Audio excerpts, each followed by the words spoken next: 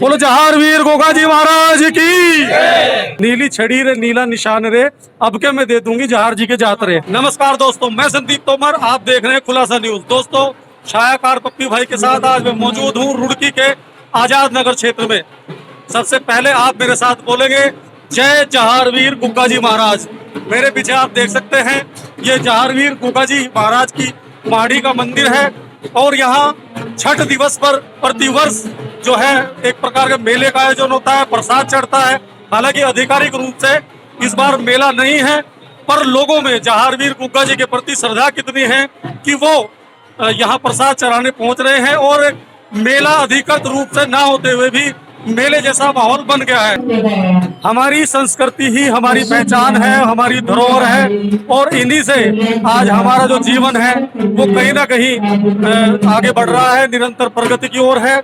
और ऐसे में हमारी संस्कृति को बचाने के लिए, हमारी परंपराओं को जीवित रखने के लिए जो लोग काम कर रहे हैं, उनमें मैं समझता हूँ श्री जहारवीर गोगा जी महाड़ी मंदिर आजाद नगर की जो ये समिति है उसका बहुत महत्वपूर्ण योगदान है। मंदिर के दर्शन लगातार हमारे जो छायाकार है पप्पी भाई वो आपको करा ही रहे हैं।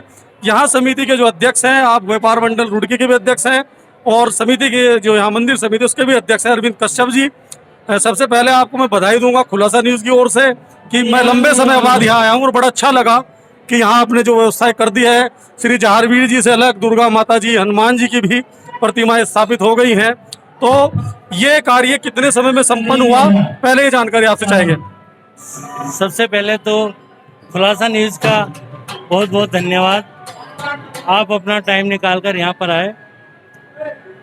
गत वर्षों की भांति गुगाल का मेला बड़े लंबे समय से, जब हमारे पिताजी थे पहले वो देखते थे, उनसे पहले हमारे दादाजी और हमारे मोहल्ले के काफ़ी जो पुराने आदमी थे, स्वर्गीय टीकाराम जी, कबूल सिंह जी, सीताराम जी, जो बहुत पुराने थे, वो सब समिति बना रखी थी और ऐसे ही लगातार चलती आ रही है। ये बागड़ का पहले यहाँ पर बहुत बड़ा जोड़ था।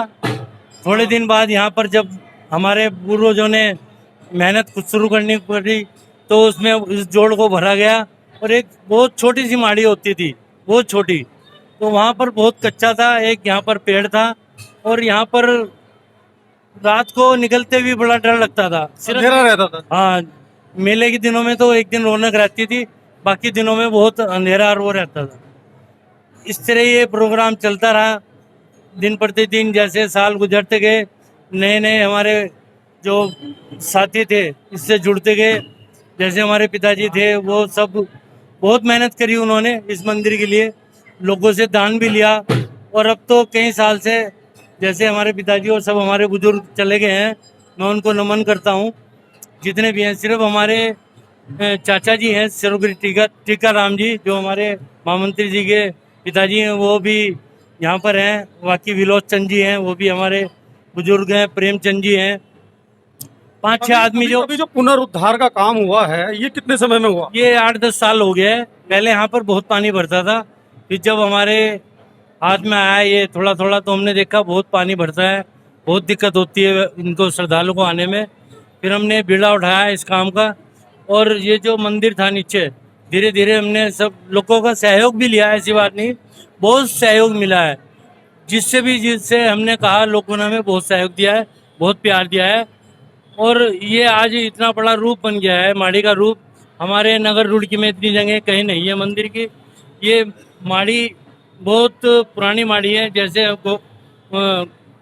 बागड़ में है उसी का एक छोटा रूप है, क्योंकि बागड़ में राजस्थान में तो बहुत बड़ी माड़ी है, क्योंकि सब सारे कार्य वहीं से चलते हैं। फिर उसके बाद साणपुर का मेला आता है। जैसे आज हमारे यहाँ छठ का मेला भरता है साणपुर में, जो हिंदी तारीख की 10वीं आती है, साणपुर में भी 15-20 दिन का मेला भरता है। हमारे यहाँ सिर्फ 1 दिन का मेला भरता है। दोस्तों, एक चीज मैं आपको बता दूं कि जैसा अभी अरविंद जी ने बताया कि 8-10 साल लगे इस पुनरुद्धार में, तो जो लोग बहुत लंबे समय से यहाँ नहीं आए हैं आज वो दर्शन कर सकते हैं खुलासा न्यूज के माध्यम से और आप हैरान रह जाएंगे। जैसे मैंने बधाई भी दी कि समिति ने बहुत ही अच्छा काम किया है और बड़ी अच्छी सुंदर व्यवस्था यहाँ कर दी गई है। जल भराव होता था इस पूरे रास्ते पर, कीचड़ मैंने खुद अपने बचपन में देखा, आज हालात बिल्कुल सुधर गए। महामंत्री से बात कर लेते हैं।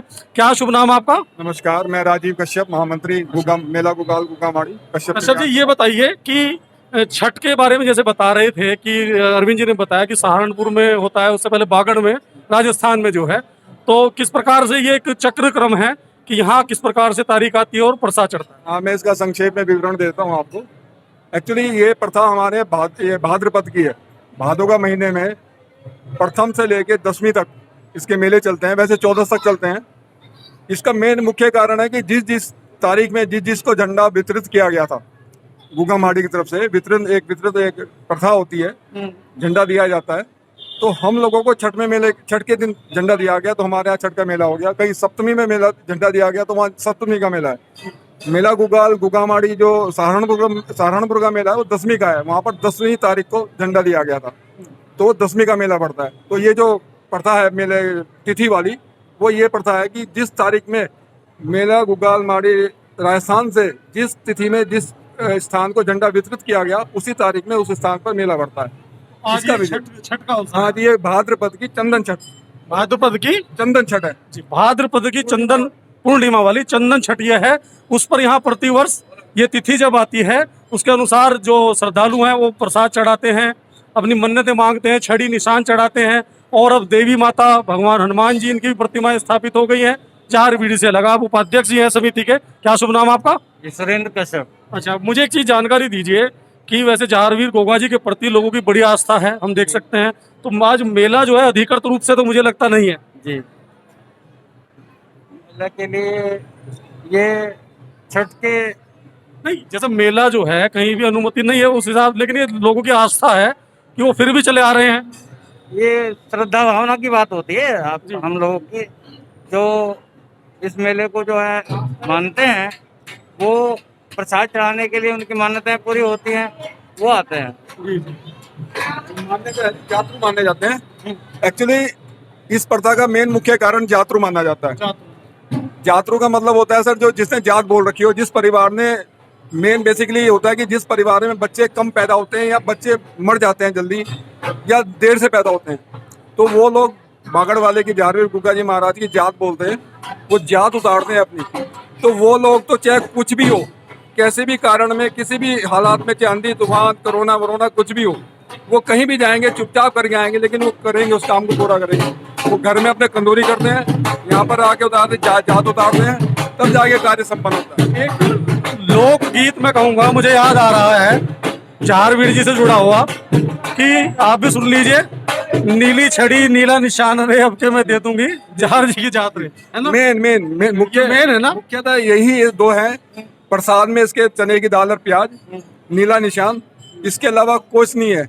ये हमारे देवता सबसे भले और सबसे गरीब देवता माने जाते हैं।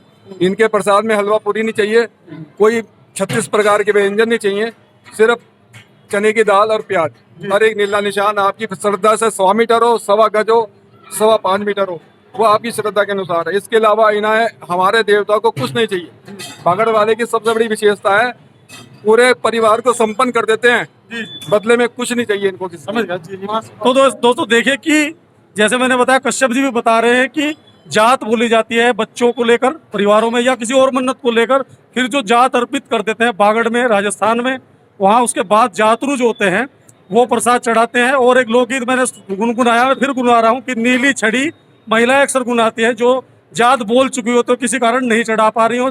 नीली छड़ी रे नीला निशान रे, अब के मैं दे दूंगी जहार जी के जात रे, ये कहा जाता है। तो मेरे साथ एक बार जोर से नारा लगा दें। एक बात हो रही, मुख्य जो हमारी छड़ी है ना, जो नेजा है, वो हमारे भगत जी हैं, महेंद्र कुमार जी। अच्छा। हर महीने बागड़ लेके जाते हैं, हर साल और लेके हर साल। और उसमें हमारे समाज के, हमारे मोहल्ले के बहुत आदमी जाते हैं। ये महेंद्र जी हैं। फिर उसके बाद एक महीना पूरा व्रत रखते हैं। पैदल जाते हैं? नहीं, गाड़ी से अच्छा, एक दौर में बता दो दोस्तों, ये भी था कि लोग पैदल ही जाते थे। तो मैं कार्यक्रम को समाप्त करते हुए एक बार आपसे निवेदन करूंगा। जी जाऊंगा मैं। हम परसों तरसों SDM साहब के पास गए थे मेले की इजाजत लेने, तो उन्होंने कहा था कि भाई अभी कोरोना चल रहा है, आप वो मैंने बता दिया कि ये जो कहीं वो बिल्कुल, लेकिन आप श्रद्धालुओं को कहाँ तक रोकेंगे? तो दोस्तों एक बार नारा लगा दें, बोलो जहारवीर गोगा जी महाराज की। और इसके साथ ही मैंने आपको दर्शन भी कराए। थोड़ा पूरी जानकारी हम नहीं दे पाए समय अभाव के कारण, लेकिन कहीं ना कहीं पूरा प्रकाश एक तरह से डाला जितना भी डल सकता था। मैं संदीप तोमर छायाकार पप्पी भाई के साथ आपको करता हूँ सलाम, नमस्कार, जय हिंद।